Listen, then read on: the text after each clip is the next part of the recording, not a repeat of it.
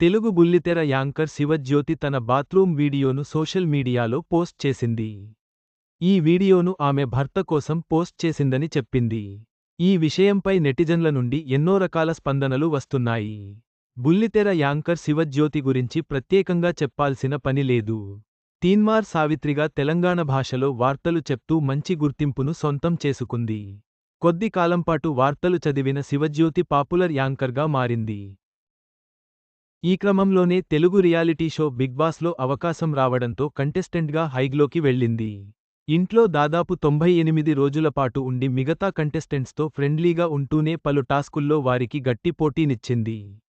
కానీ big boss షోకు winner కాలేకపోయింది. మధ్యలోనే eliminate అయి బయటకు వచ్చేసింది. ఆ తర్వాత అమ్మడు రేంజ్ మారిపోయింది. పలు బుల్లితెర షోస్లో ఆమె తన భర్త గంగూలీతో కలిసి పాల్గొని సందడి చేసింది. అంతేకాకుండా తన ఫ్యామిలీకి సంబంధించిన పలు విషయాలను వెల్లడించి ఎమోషనల్ అయిపోయింది. ఏకంగా స్టేజ్పైనే వెక్కి వెక్కి ఏడవడంతో అది చూసిన ప్రేక్షకులు కూడా కన్నీరు పెట్టుకున్నారు. ఇక శివజ్యోతి యూట్యూబ్ ఛానల్ నడుపుతోంది. అలాగే ఇన్స్టాగ్రామ్లో ఫుల్ యాక్టివ్గా ఉంటూ పలు పోస్టులు షేర్ చేస్తూ తన ఫాలోవర్స్ను పెంచుకుంటుంది. ఇదిలా ఉంటే తాజాగా శివజ్యోతి బాత్రూమ్ వీడియోను షేర్ చేసి అందరినీ ఆశ్చర్యానికి గురి చేసింది. భర్తను ఇంప్రెస్ చేయడం ఎలా అనే రొమాంటిక్ క్యాప్షన్ జత చేసిన ఆమె స్నానం చేస్తున్న వీడియోను నెట్టింట పెట్టింది.